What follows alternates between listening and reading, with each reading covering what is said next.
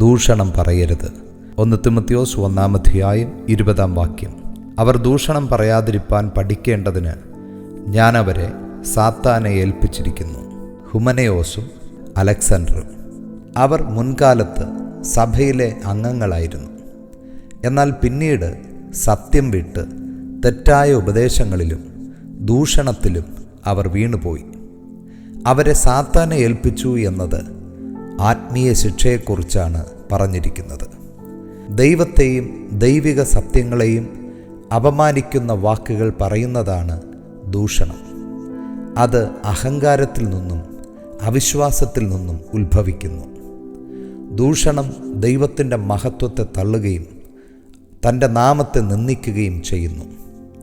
സാത്താനെ ഏൽപ്പിച്ചു എന്നത് ദൈവം അവരെ തൻ്റെ സംരക്ഷണത്തിൽ നിന്ന് മാറ്റി എന്ന് അർത്ഥമാക്കാം.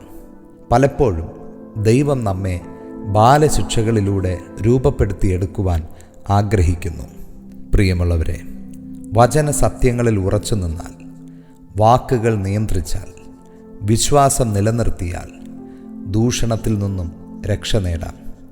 ദൈവത്തിൻ്റെ സത്യത്തിൽ നിന്ന് വഴുതുമ്പോൾ അതിൻ്റെ ഫലങ്ങൾ ഭയാനകമാണ്.